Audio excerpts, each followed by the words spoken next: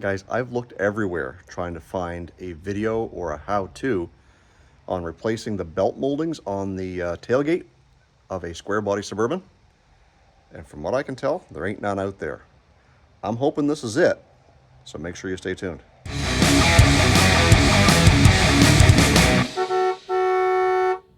Today's video is sponsored by Tessman. They are long-term supporters of Olde Carr Guy, and today they've got a new product they want me to show you.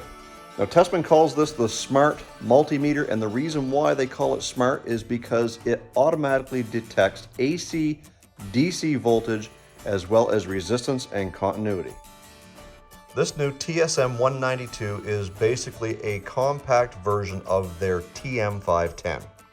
Now, when comparing the size, the TSM 192 is more compact to fit into smaller spaces, as well as it has attached leads that have removable covers to get in deeper, or if you need that shallow touch, you can just keep the cover on and your pin pokes right through the top. It has attachment points for the positive and negative leads on the back so that they don't get tangled up. A clear, easy to read display, built-in flashlight, built-in non-contact voltage tester to let you know when you still have power. I will leave a link down in the description box down below if you want to get yourself your very own Tessman Smart Multimeter for your toolbox. And thank you to Tessman once again for sponsoring this video. Now, let's get back to the Suburban. We're going to focus this video on the tailgate. So first thing we're going to do is get the window down, and let's go back and take a look.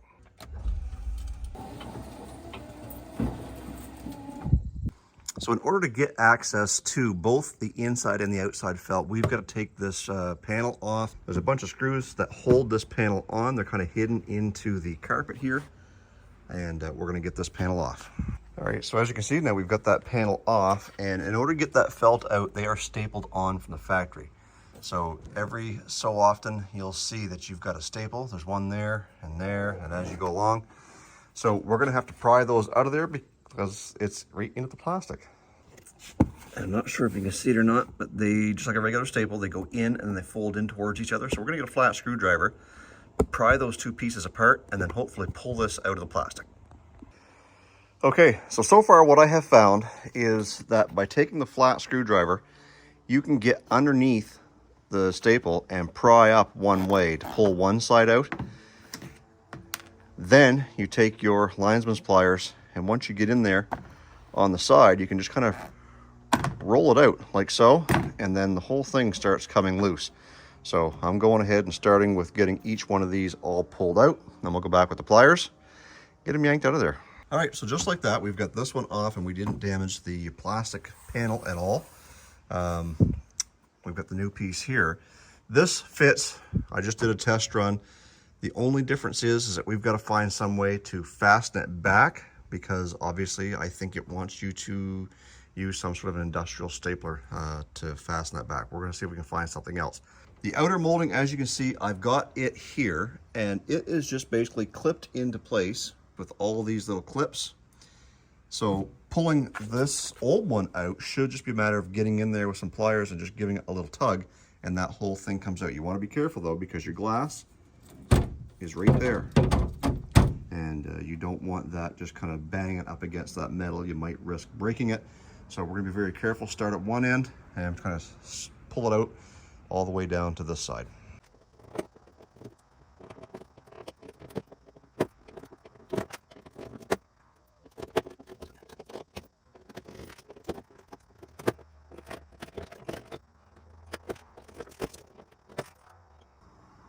So we got that one out, and man, that plastic is brittle, it's sharp, and it'll stick into your hand pretty good. So this one here is going to be a little easier to put on than the interior panel, because like I said, with these clips, you should just be able to line that up and slide that in. So reverse of what we just did, we're going to kind of poke this back into place.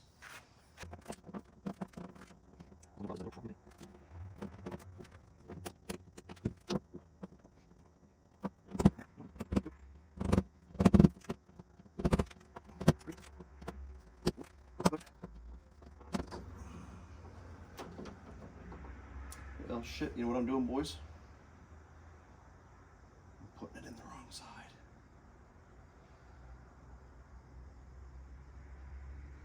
is the in. Yeah. Why didn't you say something? Come on.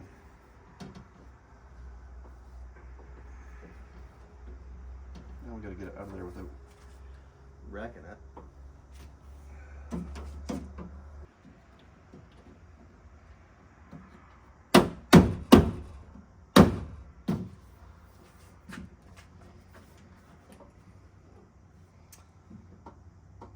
All right, that one should be okay.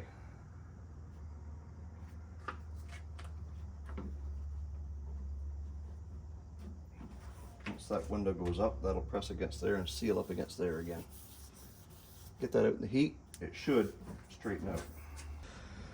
So we have found ourselves in a little bit of a conundrum here, trying to put the window felt on the interior panel.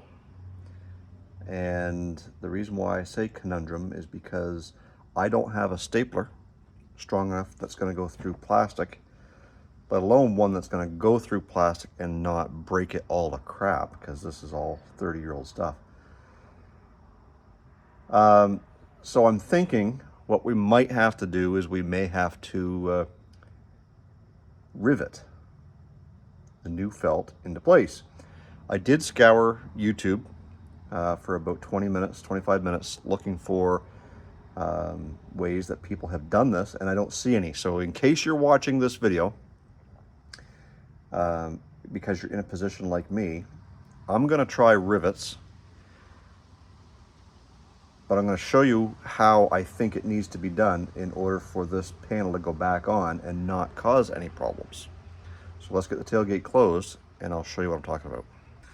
Before we do that, the new felts have these little locator pins. They're just the piece of metal popped out. They do line up with the holes in the panels. There's 3 of them. There's one here, there's one right there in the center, there's one at the other end, so that when we take our felt and we put it in place in that hole, we know where it's centered because it fits.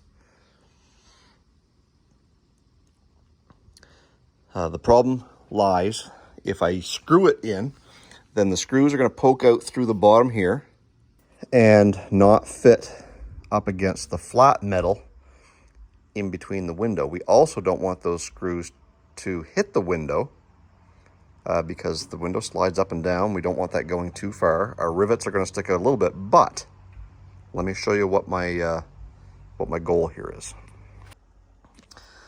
So you see those holes, elongated holes there? They're all along here. There's one there, there, there. They're all down the side. I'm going to mark them on this part of the panel so that I know exactly where they are. Then I can take a measurement and transfer that measurement onto the top side of the interior panel, and then we'll center a rivet directly in that, so that when this panel goes on, those rivets should, in theory, slide into those holes and not give us any problems. The rivets will sit more flush than a screw, and therefore shouldn't give us any rubbing up against the window problems. And maybe in 30 years' time, when Joe Blow has this Square Body Suburban and decides it's time to replace those felts again, he'll look at that and say, the factory must have used rivets. Nope, it was me. So I'm going to go grab the rivet gun. We'll start taking some measurements. We'll start transferring those measurements to the new panel, and then get the rivets installed on the felt onto the door panel. And then hopefully we can put this thing together and call it good. I did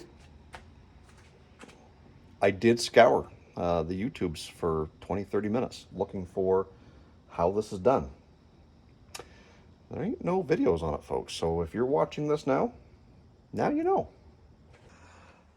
All right, so we found our holes down there. We marked them on the tailgate, and then we transferred those marks up to the panel. We're only using pencil, so now we can kind of come in here into this area, and we can drill a hole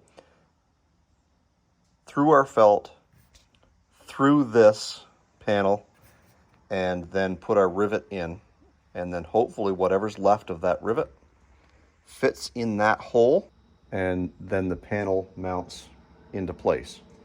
So we're gonna do one first to see if it holds into place. We might have to do two to balance it out so it's not flopping. We don't risk ruining our felt. Get that into place and snap it in there and see if everything works the way it should. Make sure the window goes up. Make sure that when the window does go up, it doesn't try and rip the panel off. Anyways, let's get a few of these riveted on there.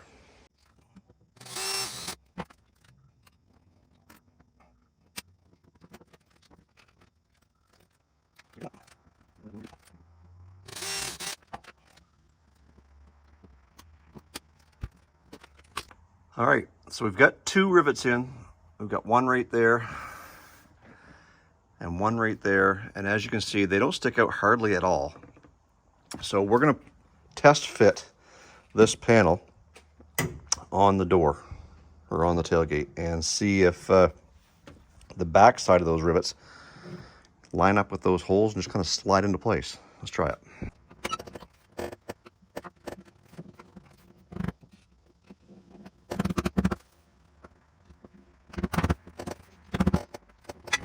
So, to make a long answer short, the rivets are going to work. That door is, or that panel is sitting flush the whole way. So once we get our screwdriver from being jammed down in the hinge there and unlock the door, we'll pull this off, put a few more rivets in it so it's secure, and then we can call it done. So like I said before, if you're watching this trying to figure it out for the first time like I am, I think I just found the hack. You're welcome. All right, let's see if we can get this done.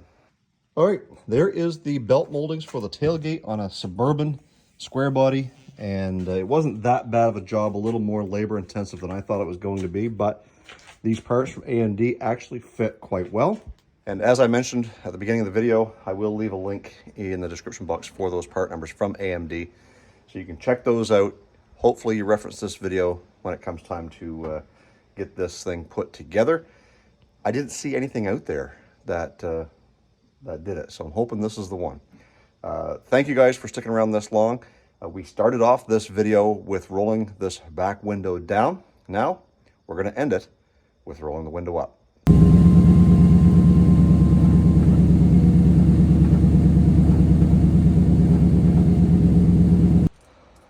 So I was supposed to end the video with the window going up because, you know, that's how we started the video, with the window going down. It appears there's too much pressure between the inside and the outside felt, that the window just goes up about ½ inch and stops.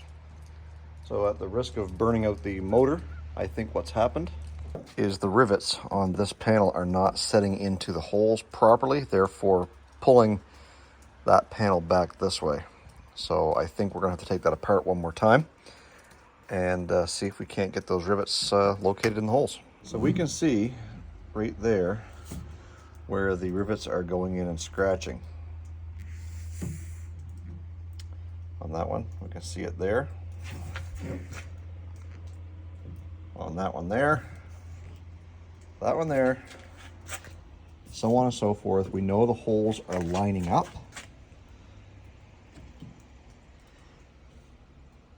But I think that they're not seating into the holes, therefore causing us a problem of it being pushed back too far towards the glass. So I think what we're gonna have to do is we're gonna have to get out somehow and oblong those holes without ruining our glass, because our glass is like right there.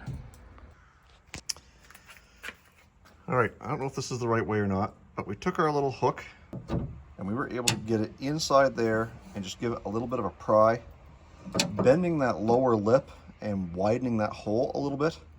And we did that the whole way along. So let's get our panel back in there and see if it's gonna fit and see if the window goes back up.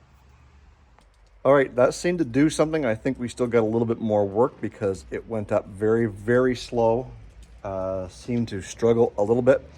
So we're gonna put it down one more time and work at those holes a little bit more, and we'll try her again.